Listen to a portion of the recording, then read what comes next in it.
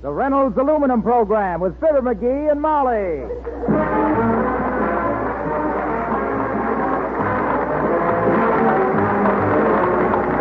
The Reynolds Metals Company, makers of Reynolds Aluminum, presents the Fibber McGee and Molly Show, transcribed. Molly will not be with us this week. She has the flu. Tonight's program is written by Phil Leslie and Keith Fowler and directed by Max Hutto, with music by the King's Men and Billy Mills Orchestra.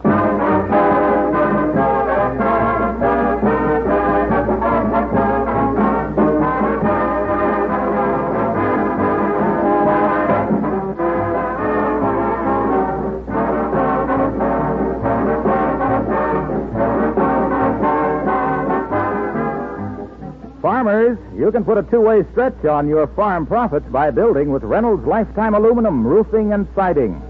You stretch income up because heat-reflecting aluminum keeps poultry and livestock cooler in summer, warmer in winter, definitely increasing milk yield, egg production, and weight gains. And then you push costs down because Reynolds Lifetime Aluminum never rusts, never needs painting, lasts a lifetime. Aluminum has inspired new, practical, low-cost methods of farm building, developed particularly by Reynolds Farm Institute. Recent examples are a new poultry range shelter and a new pole frame barn. Actual working plans carry a nominal charge, but Reynolds Farm Institute will be glad to send you free descriptive literature on both the range shelter and the barn.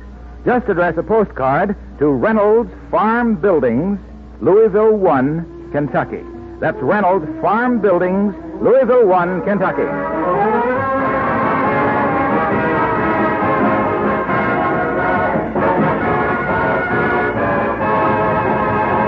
Well, the old flu bug bit Mrs. Molly McGee this week, and she's home in bed right now, taking things easy.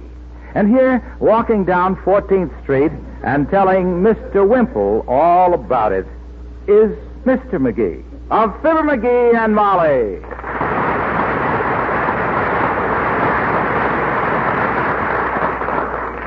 And like I was telling Doc Gamble, Wimp, when Molly's sick, the whole house just kind of goes to pot. What do you do when your wife is sick, Wimple? Me? I run and hide in the attic. Oh, Oh, she gets so cross. yeah. Well, me being the type guy that he always spoils my wife when she's sick, I've been doing everything for Molly. I've been just waiting on her hand and hoof. Hand and hoof? Yep.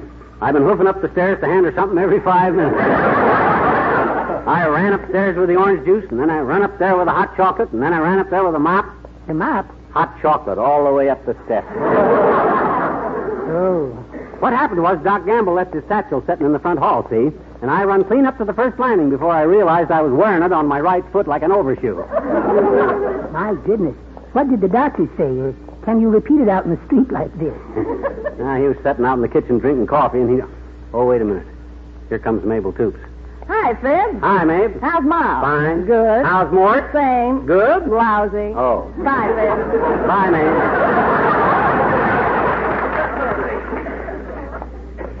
Mort Toops' wife. I never speak to her. You never speak to her. Why not? I've never met her. Oh. Well, anyhow, while Doc was having his coffee, I ran upstairs again to wake Molly up and ask her if she wanted me to do anything for her. And, like sing to her or play her a game of checkers or something or anything. You woke her up just to say that? Why, certainly. She couldn't have answered me if I hadn't woken her up, could she? It's a good thing you aren't me. What you mean? I remember one time I woke up my wife, and 2 days later I woke up. In the coal bin. My head had more knots than 40 feet of pickled pine. Well, anyhow, old Doc got worried about me wearing myself out waiting on Molly so much, I guess, on account of because he said what I ought to do is get out of the house a while. Get some air. So, come on in Kramer's drugstore with me, will you? All right. I want to see if the April issue of the Birdwatcher's Journal is in anyhow.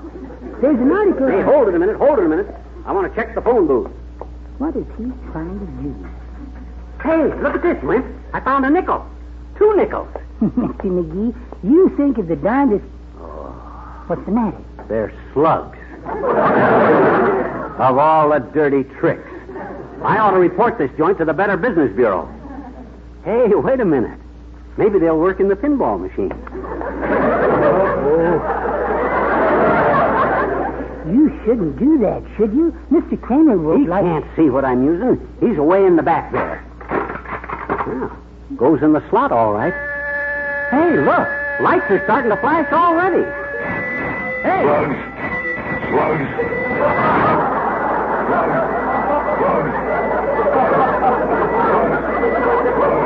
Hey. Slugs. Hey. Slugs. My God. Hey, what the... What's the... Holy smoke. Pull the cord out, Wimp. Pull the cord out. I'm afraid it hit me. I pull it out. There.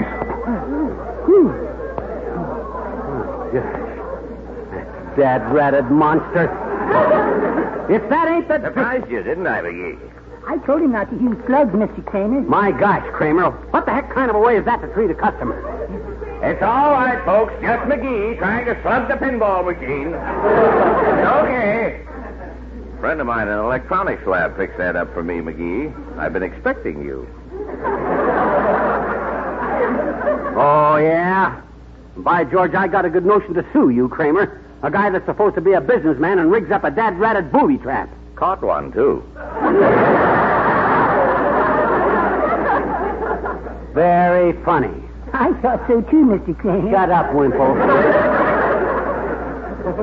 I come in here to buy my wife a present, Kramer.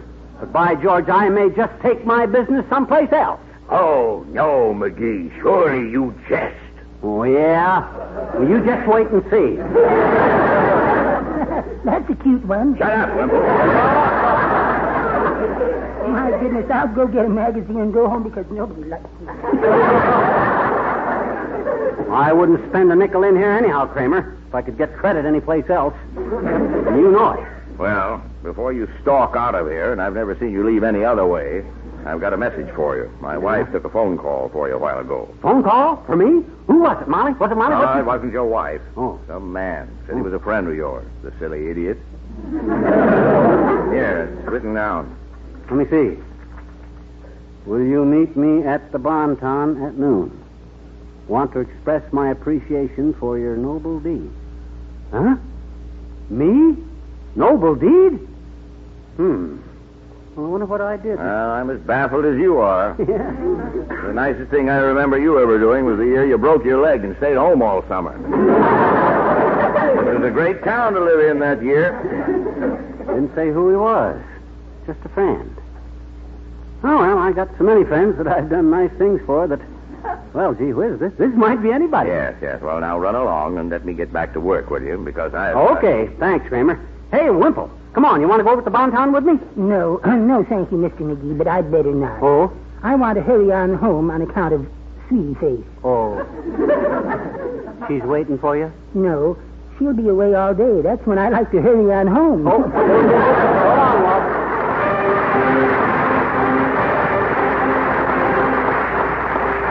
Billy Mills in the orchestra and Goofus.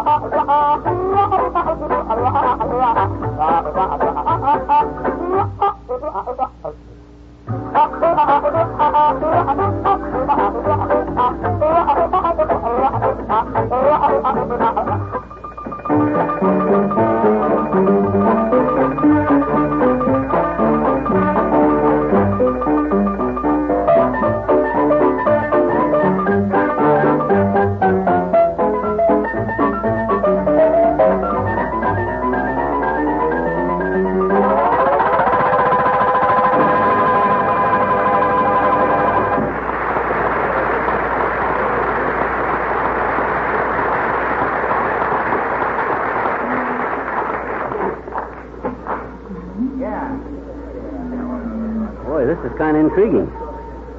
This could be anybody wanting to thank me for anything. Meet me at noon at the Bonton, the note says. Wish I knew exactly where in the Bonton. This is a pretty big store. It must... Calling Mr. Carr. Mr. John Carr, come to the office. Mr. Ed Carr, come to the office. Mr. Tom Carr, come to the office. Calling all cars. That is all. Better ask somebody where people meet down here, I guess. Any guy that wants to thank me for a noble deed I done by... Oh, hey, sis. Yes, sir. May I assist you, sir? Yes, I'm supposed to meet a guy down here on important business, and I don't want to miss Well, him. I'll be glad to help you, sir. Where are you to meet him? I don't know. Wherever he is, down here, someplace. I see. What is his name, sir? I don't know. He's a friend of mine. Does he work here, sir? I don't know. I don't think so. I done him a big favor, though. Well, what did you do for him? I don't know. He wants to thank me for it personal. Thank you for what? I don't know. Whatever I done for whoever it was, whenever I done it. Where should I wait for him? Do you see the gentleman over there with the carnation, sir? Oh. You go ask him this. Oh, okay. You think he can help me, sis? I don't know. But I want him to hear this. He keeps telling me I'm stupid. Yeah. Not very helpful. I guess it might Calling Mr. Cranston. Mr. Cranston, report to Mr. John Goldbach in gents' underwear immediately. See Mr. Goldbach in underwear.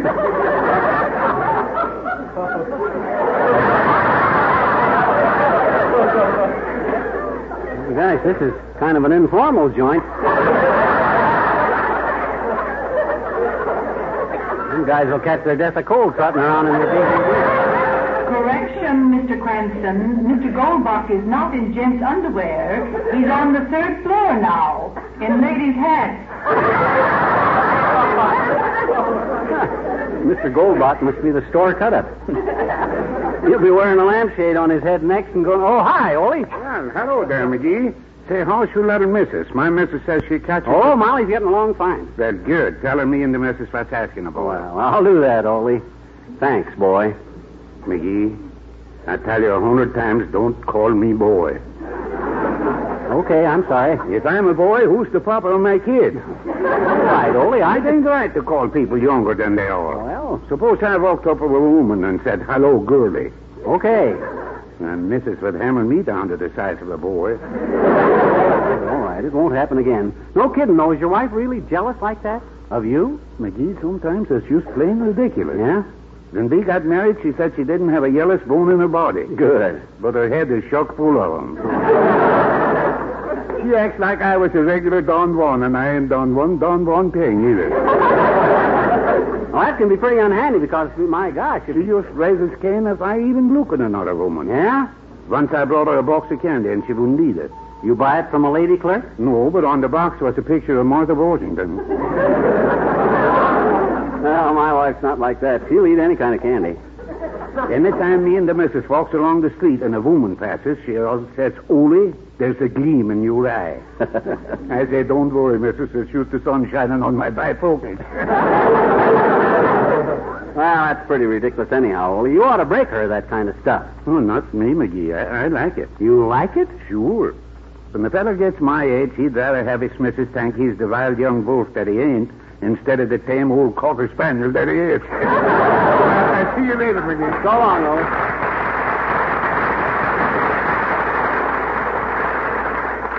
Gone and it's after 12 o'clock already.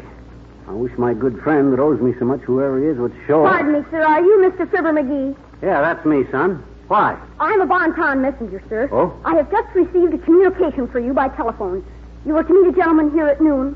Yeah.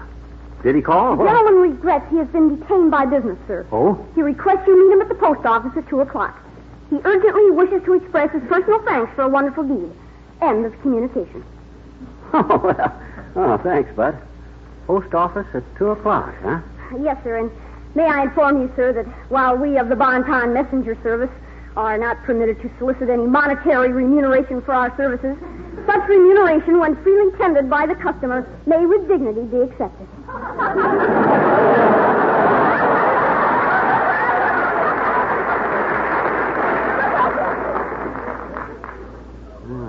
Shucks, I'm sorry to hear that, Bud. If the store don't allow you boys to take tips, I ain't one to break the rules. Where do you keep the streetcars around here? Oh, out on the street. I got to catch one and get to the post office.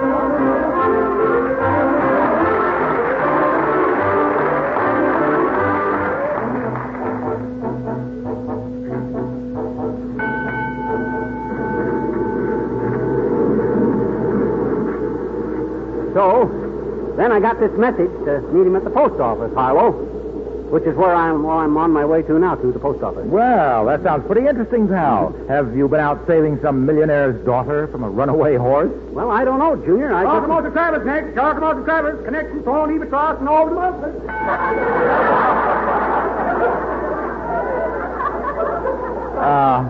Pal, what did he say? Oak Street. It says in this message that the guy wants to thank me for something wonderful I done. The guy don't thank you for something wonderful by slapping you on the back and bumming a cigar, you know. No. Not one of those cigars you smoke, anyhow. Didn't even sign his name to the message. Wants to surprise me, I guess. Well, it pays to be nice to people, all right. Yeah. Like the thing that happened to me driving through Missouri last summer. What happened? Get pinched? No. I was tooling down this country road, you see, taking in the scenery, and all at once I came across this big black sedan with the motor dead, sitting right smack across the railroad track. No kidding. Motor guild, huh? Anybody in it? Yes, Huh? yes. This beautiful blonde girl was sitting in the front seat, sort of waving her hands around and looking helpless. So Street next. Holmstrom, change car to the center. Dispatches here, Holmstrom Street, Civic Center. Let him out, please. Watch the step, please. Take the foot out of Francis Company, boy.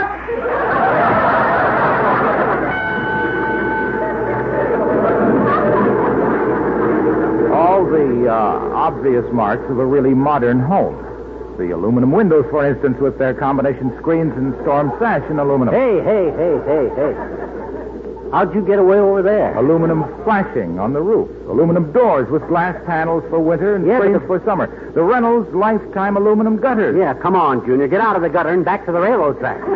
What happened to the car with the girl? I just told you, pal. You told me? Yes, this beautiful blonde girl was sitting there in the car, you see. Next. All for Walter Leader. Don't support the plan. Anyone else support the plan?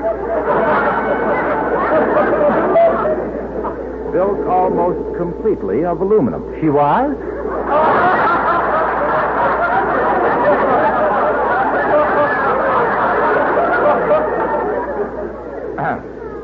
In the modern home, you step across an aluminum threshold. The baseboards are aluminum. The hardware is aluminum. The heating and ventilating ducts. Yeah, but what's that got to do with the blonde?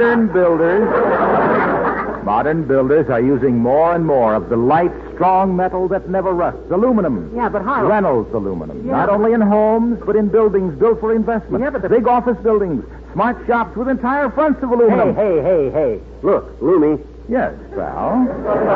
Call plasma. Next. Change for nurse. Oh, hey, I gotta get off here, pal. I've got to get off here. This is my stop. Yeah, but what happened to the car on the railroad track? Did you get the girl out all right? Oh, no, I didn't stop. Huh? No, those tracks were abandoned. Everybody parked there. So long.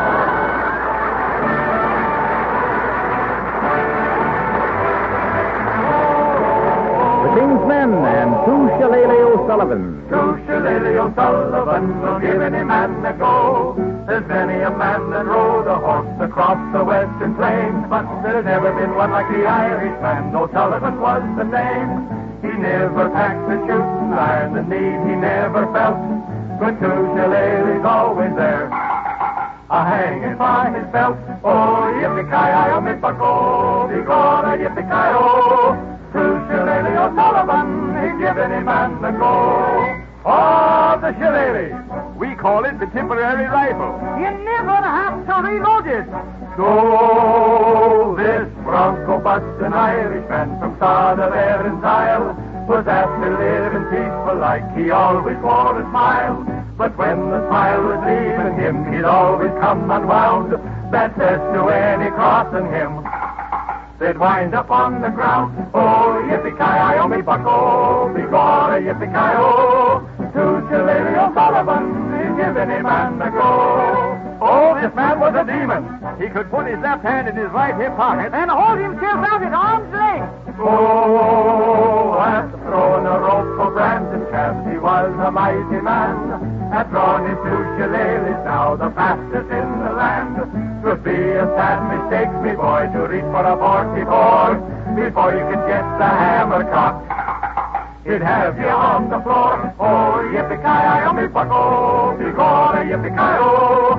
To Shillelagh O'Sullivan, he's giving him man a go. The back of his hand, the toe of his boot, a bit of a mortal blow. To Shillelagh O'Sullivan, we're giving him man a go.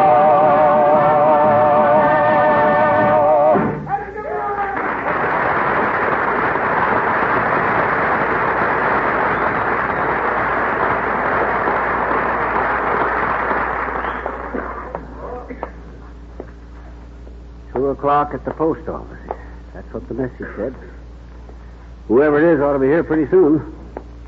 I don't know what Miss Dad read it for since 1:30. Pardon me, sir. You look distressed. May I assist you in any way? Well, I don't know. You work here, do you? That is correct, sir. Mm-hmm. I, sir, am Claude J. Babbleton, Post Office Information and Guest Relations, at your service.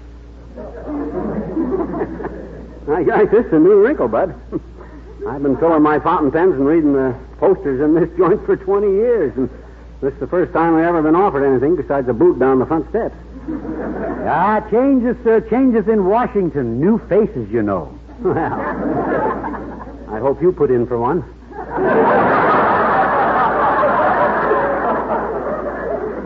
My every moment is dedicated to your happiness, sir. What can I do for you? Well, I just came down here to Care to taste our new mucilage? Huh? Like some old postage stamps? Want to come behind the counter and stamp on a few packages? No. Tennis, anyone? Take it easy, will you? Oh, I just can't control myself, sir. Yeah? Claude, the chief, said to me, What? go out there and charm the people. Dazzle them, he said. Show them how happy they are with us running things. It's been a long time, Claude, he said. He said it. Your slightest wish is our command, sir. Good. Anything we can do to make you happy and keep your mind off of 2 deliveries a day, just ask. Well, if you'll pipe down a minute, Bud, I have got a problem. Oh, I just love problems. Yeah? Is it the problem about if John has 12 apples and Jack has no apples, where did Jack get the demijohn full of Applejack? That's Now, Dad, rather cut it out, will you? Now, look, Claude. Oh, that's exactly what my mother said when Sister threw a tomcat into my crib. Look, Claude, she said. Did I ever look Claude? I tell you, I started from scratch. Oh, for Christ's sake. I got to meet a guy down here, and I got no time for this foolishness. Is your name McGee, sir? Yes, my name's McGee, sir. A gentleman left a message for you 2 hours ago. He'll meet you in front of a bank. The bank? The bank. Well, why didn't you tell me? Well, why didn't you ask me? Don't give me any lip, Buster. By George, I can get you fired. I'll write to my congressman about you. Is that a promise? You said it. It's a promise. Good. I'll tell dear old Dad to expect a letter. Good day.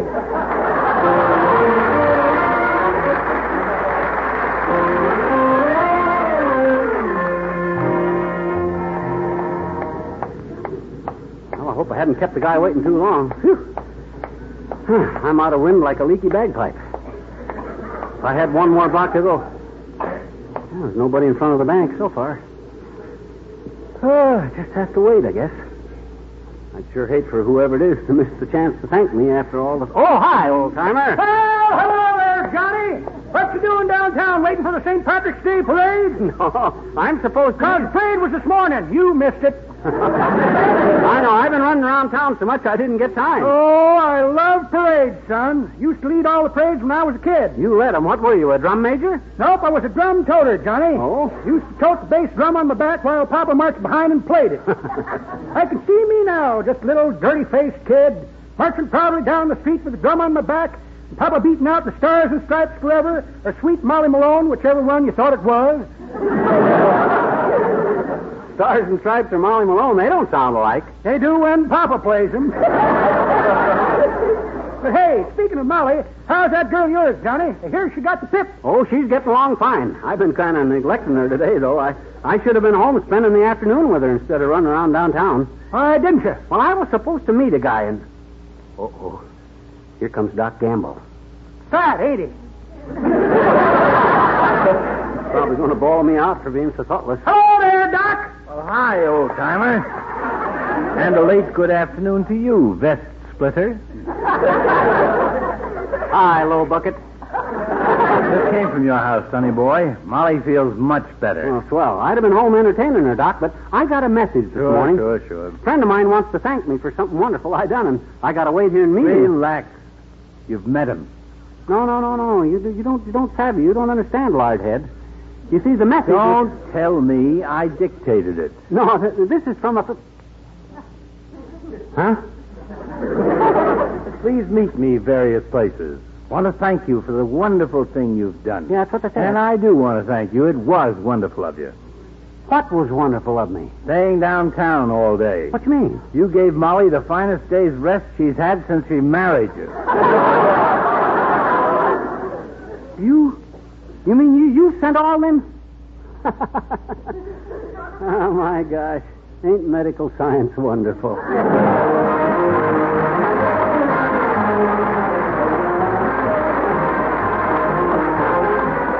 Fibber McGee returns in a moment.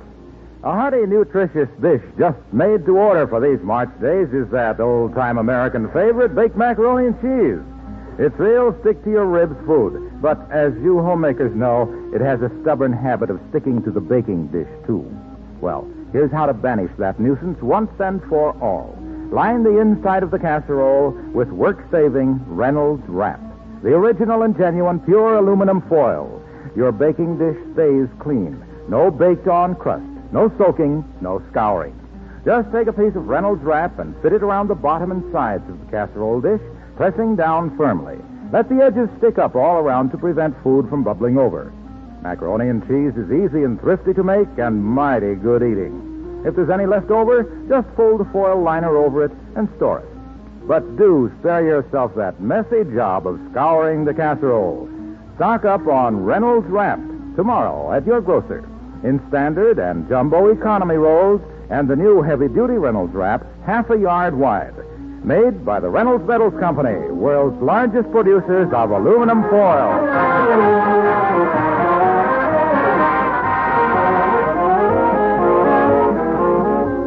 Ladies and gentlemen, this flu has really kind of knocked Molly out. I'm happy to say she's getting along much better now. It'll just take a while. Meanwhile, don't forget next Tuesday night, March 19th, when NBC brings you the Academy Awards broadcast from Hollywood. Hey, that should be quite a thing, pal. All those stars. You said it, Junior. Matter of fact, I got a good notion to fly out there and show them guys how to run it. On account of because naturally a guy like I am, that he's used to being in vaudeville and knows all about the movies from seeing them through the back of the screen. He's McGee, Molly just phoned. I got a message for you. Yeah, what'd you say, Doc? Said, hush, dearie. Oh, good night.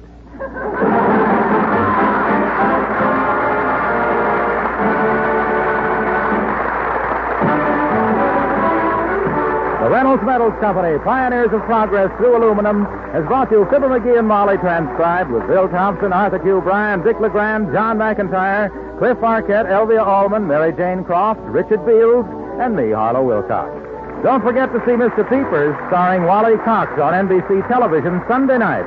Also brought to you by Reynolds Aluminum. And be sure to be with us again next Tuesday night. Good night.